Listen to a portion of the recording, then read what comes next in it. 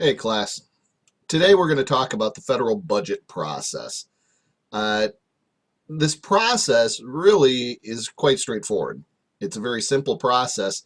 It's essentially how a bill becomes a law a whole bunch of times.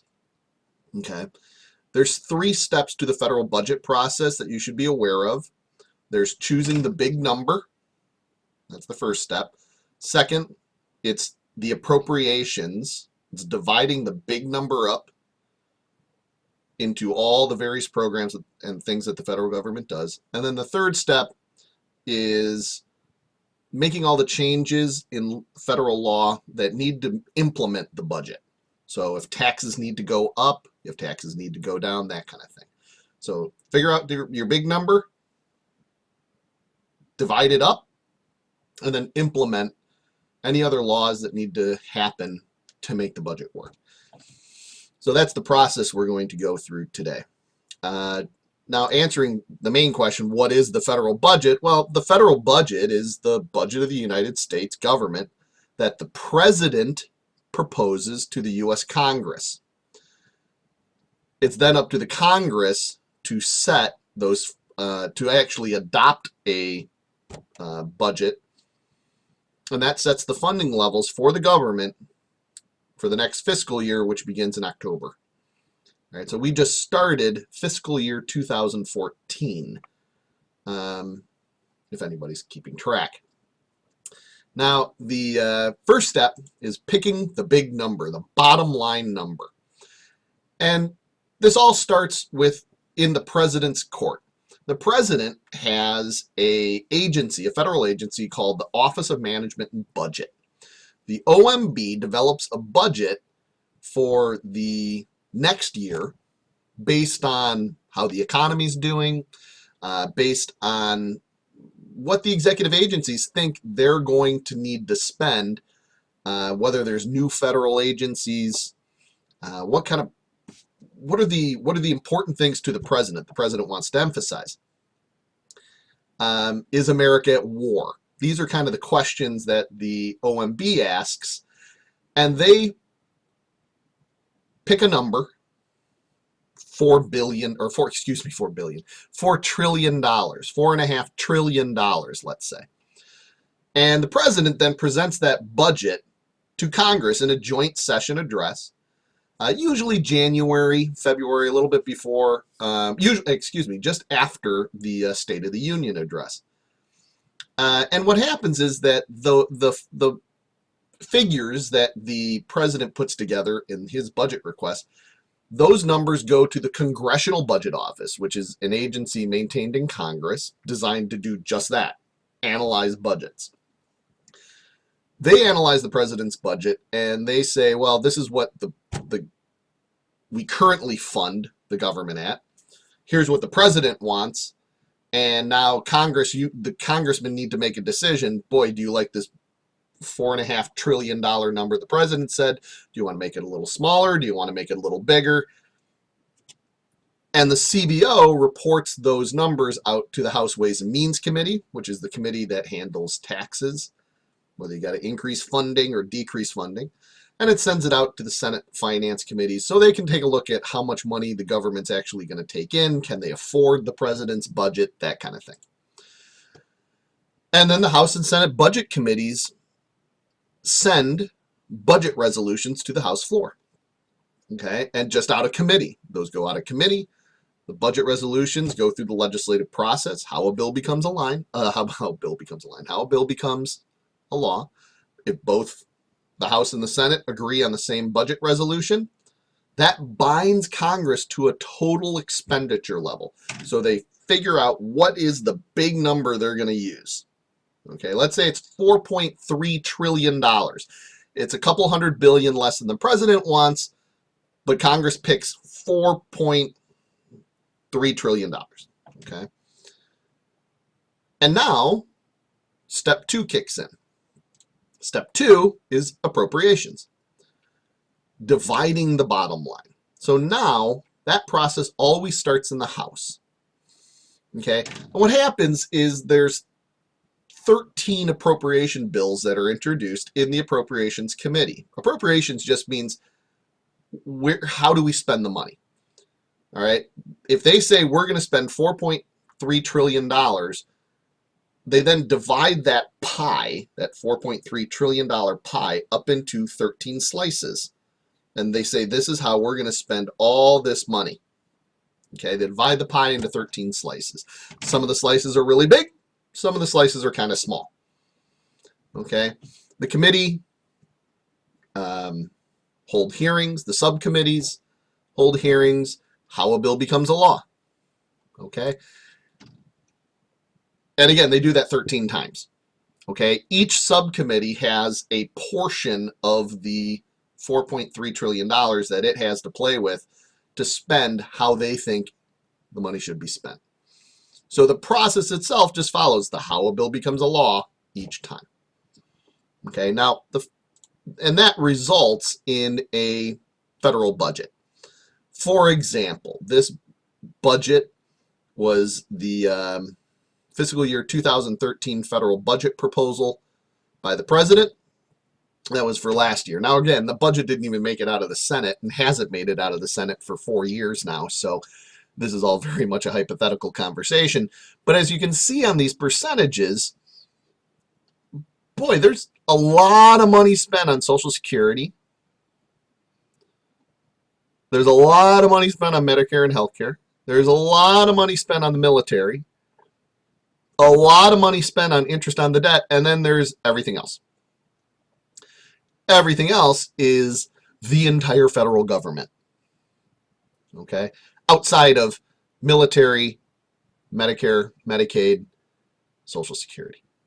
Okay, now that total amount is $3.45 trillion that was proposed in 2013. So that's the kind of dollars and cents we're talking about. Now, the third step of the budget process, assuming that a big picture number is established, the appropriations process subdivides that up into 13 slices, that one big pie into 13 slices. You now have the reconciliation part, which is really how does the budget work, making it all work. Reconciliation legislation is the non-numbers part of the budget. Tax increases, tax cuts, other changes that might have to be implemented to make the budget passed by the Congress work. Okay.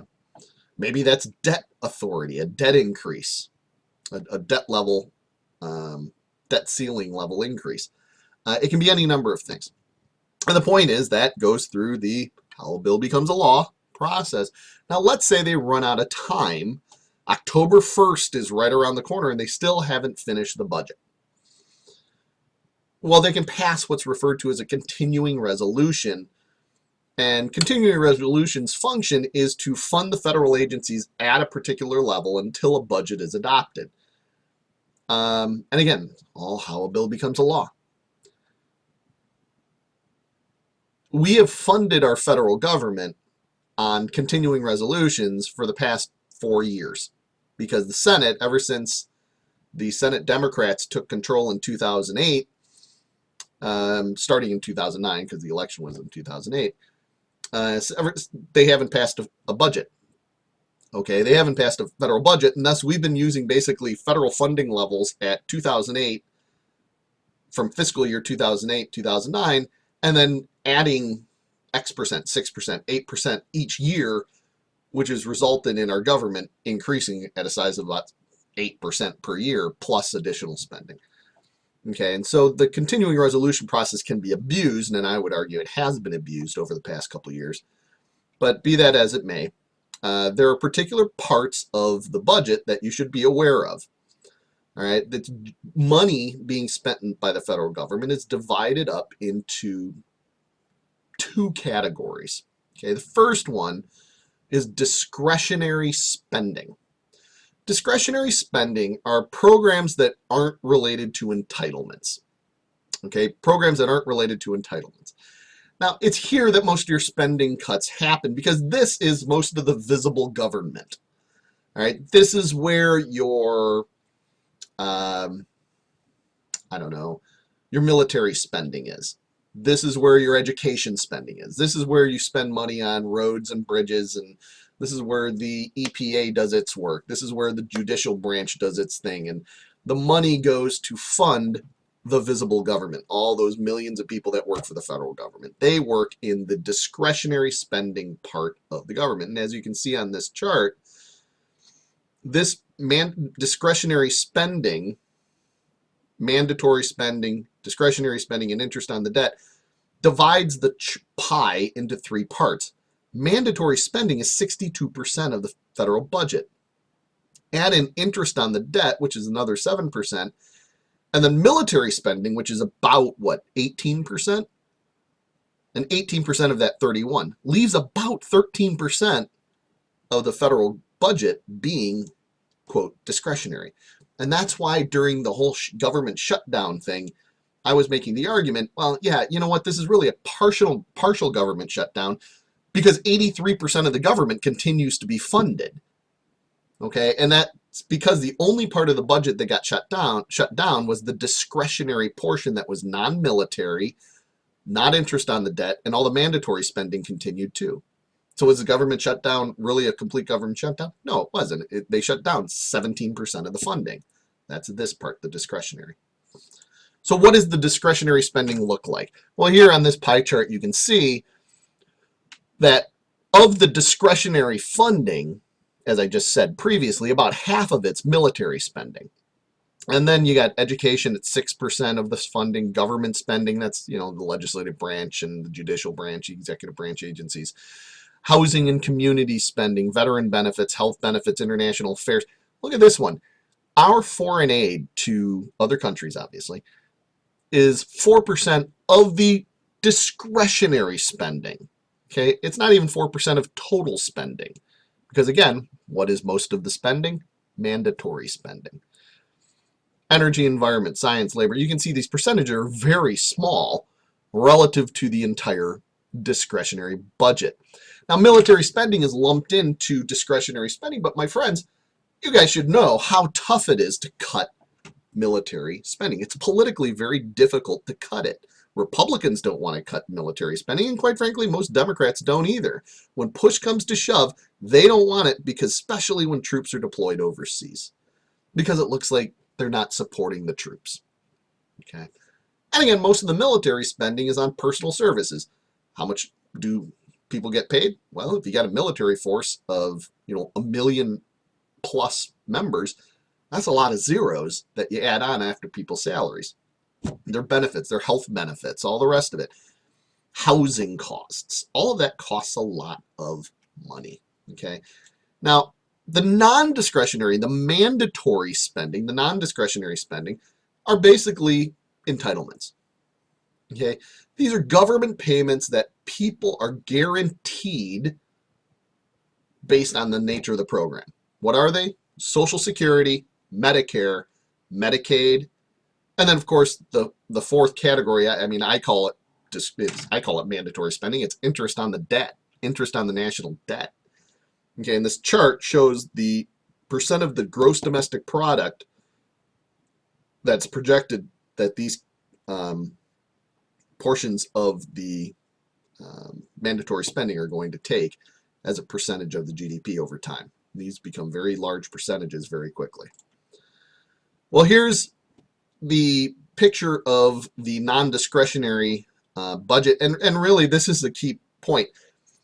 Deficits, an annual deficit is the amount of spending that exceeds revenues each year, while the national debt is the total amount owed by the government over time. And this chart shows the accumulation of the national debt from 1940, World War II, all the way to the present. Each red line shows you the amount, the accumulated amount of debt. The deficits, again, in a different kind of pie chart or a different kind of bar graph, shows you the current deficits are running as a significant percentage of GDP. Okay. Now, some of you guys have asked me in class, to whom does the U.S. government really owe money? And there it is. China controls about 9.3% of our total debt. We'll talk more about this on Wednesday. I hope you guys have a wonderful day with the substitute, and talk to you soon.